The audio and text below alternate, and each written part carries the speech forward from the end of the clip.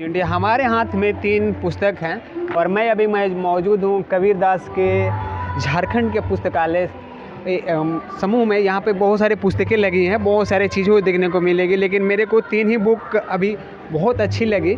मैं तीनों बुक के बारे में बता देता हूँ। एक सनातन धर्म हमारा है, दूसरा परिवार में स्वर्ग है और उठो शूद्र बनो ब्राह्मण। तो मैं तीनों बुक के बारे में बहुत सारी चर्चाएं तो नहीं करूंगा, लेकिन छोटा सा मैं चर्चा करूंगा कि उठो शूद्र बनो ब्राह्मण और परिवार में स्वर्ग और सनातन धर्म हमारा। इस बीच हमारे इस पुस्तक में जो बैठी महिला हैं, दादी हैं, उनसे मैं थोड़ा नॉलेज लेना चाहूँगा कि सनातन धर्म और परिवार में स्वर्ग दोनों में क्या सटीक अंतर बता दीजिए, बस और कुछ नहीं चाहिए।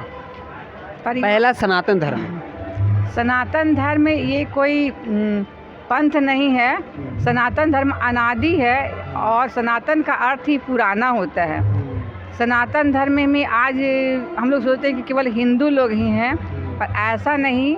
सनातन धर्म अनादि है और अभी हम अगर कबीर पंथ को मानते हैं या गायत्री परिवार को मानते हैं या और भी सदाफल देव, जो भी जितने भी पंथवाद हैं तो वो पंथ हैं और ये पंथ सभी सनातन धर्म के अंतर्गत ही आते हैं।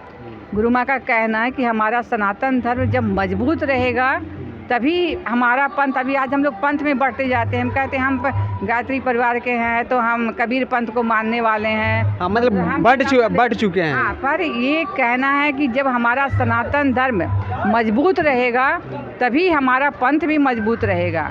आज हम देखिए, मैं एक और चीज़ पे मैं बात पर चर्चा करूँगा। परिवार में स्वर्ग। हाँ। ये एक तरह से बहुत बड़ी बीमारी है। इस जनरेशन की मैं बात कर रहा हूँ तो इतनी बड़ी बीमारी ये बढ़ चुकी है कि वृद्धा आश्रम की बात हो रही है, चाहे लड़के अपने माता पिता से परेशान है, यहाँ पर लड़के परेशान होकर खासकर छात्र जीवन में आत्महत्या कर ले रहे हैं, परिवार से दूर भाग जा रहे हैं, फैमिली से दूर चले जा रहे हैं। इस पर आप क्या कहना चाहेंगे? ये परिवार में स्वर्ग सदगुरु माँ साध्वी ज्ञानानंद जी का पुस्तक लिखा हुआ है और उन्होंने तो बहुत सारी आध्यात्मिक पुस्तकें भी लिखी है। इन परिवार में स्वर्ग ऐसा है जो बहुत ही व्यवहारिक पहलू है।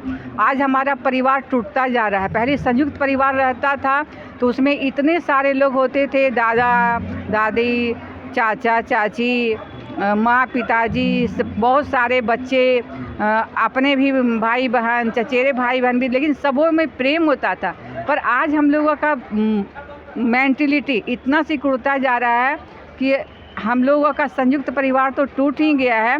हम लोग यहाँ तक अब इतने गर्त में चले जा रहे हैं कि अपनी भारतीय संस्कृति में पलते हुए भी आज हम अपने माता पिता का आदर नहीं करते हैं। और साथ में ये भी होना चाहिए कि एक तरफा नहीं देखना चाहिए।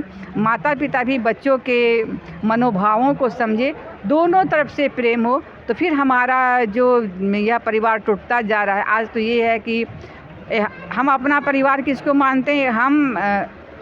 हमारे पति अथवा हमारी पत्नी और हमारा बच्चा। पर ये मेंटलिटी एकदम बहुत संकुचित है। इससे हमें और ऊपर उठ करके अपने पूरे परिवार के बारे में जानना चाहिए। हमें भले ही उनके पास न रहें पर उनके साथ हमारा प्रेम का व्यवहार हो, उनकी हम खोज खबर लेते रहें और उनके प्रति हमारा प्रेम हो, तो फिर परिवार में स्वर्ग निश्चित ही आएगा। और इससे सबसे बड़ा कारण है जब हम अध्यात्म से जुड़ते हैं तभी हम जानते हैं कि परिवार में आपस में प्रेम होना चाहिए। आज हम अपने पश्चिमी सभ्यता में इतने ज़्यादा चकाचौंध हो गए हैं कि हम अपनी भारतीय संस्कृति को भूलते जा रहे हैं। एक और बुक मेरे हाथ में है, उठो शूद्र बनो ब्राह्मण। शूद्र क्या होता है इस जनरेशन के? और मतलब बहुत सारे लोग बोलते हैं कि ब्राह्मण, शूद्र, वैश्य इस तरह से बांटे गए हैं हमारे कल्चर और जात पात। तो मैं आपसे पूछ रहा हूँ कि शूद्र किसे कहते हैं और ब्राह्मण किसे कहते हैं? हमारे शास्त्रों में आया है कि जन्मना जायते शूद्रा, व्यक्ति जन्म से शूद्र होता है। और हमारे सनातन धर्म में प्राचीन काल में ये कोई जाति पाति का भेद में भाव नहीं था। अगर एक बेटे हैं तो उसके 4, अगर एक पिता हैं और उसके 4 बच्चे हैं तो एक में ही कोई है कि पढ़ाने का काम करता था, कोई है कि घर का या अपने नगर का वो रक्षा का कार्य करता था, गांव का रक्षा का कार्य करता था। कोई किसी को है सो खेती बाड़ी में मन लगता था और किसी को लगता था कि हम सबकी सेवा करें।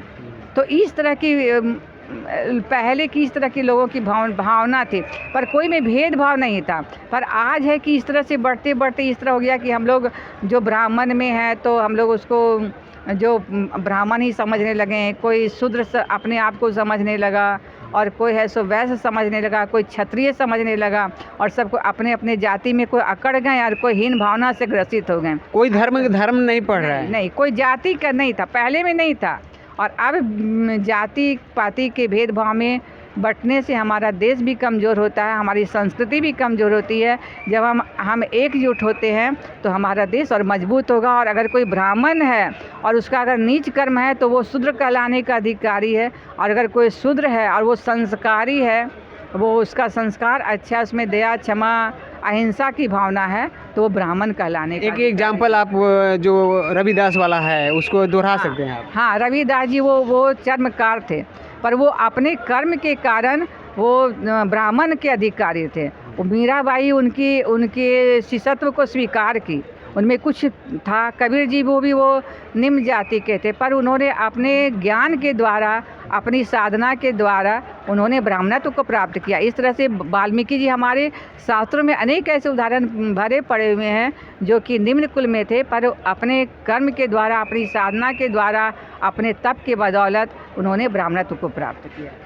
मैं अपने दर्शकों को बता देना चाहता हूं कि मेरे हाथ में जो तीनों बुक हैं, इस बुक को पढ़ के आप तो नहीं सनातन बड़ा राजनेता बन सकते हैं, एक अच्छा इंसान बन सकते हैं, एक अच्छा हिंदू बन सकते हैं, एक अच्छे ब्राह्मण बन सकते हैं, और एक अच्छे परिवार को रखने वाले व्यक्ति बन सकते हैं। तो हमारे चैनल पर जितने भी लोग बैठे सुनेंगे और देखेंगे, तो उनसे मेरा निवेदन है कि इन तीनों बुक को पढ़ें, और ऑनलाइन की भी शायद यहाँ पर सुविधा होगी तो उसकी आपको जानकारी दी जाएगी मेरे चैनल के माध्यम से। और ऑनलाइन ऑफकोर्स ये बुक मिलती होंगी, तो आप ऑनलाइन भी बुक खरीदें और अपने परिवार में ले जाकर कम से कम इसको ऐसे रख सकते हैं तो रख दीजिए, ताकि कोई लोग पढ़ तो नहीं सकता है, लेकिन इस चीज़ को देखकर इतना ध्यान में पर डे एक्सेप्ट कर सकता है कि हमको अपने फैमिली कैसे रखनी है, हमको शूद्र से ब्राह्मण कैसे बनना है, और सनातन धर्म को कैसे जिंदा रखना है। तो धन्यवाद। मैं कैमरामैन अमित के साथ मैं अमर कुमार।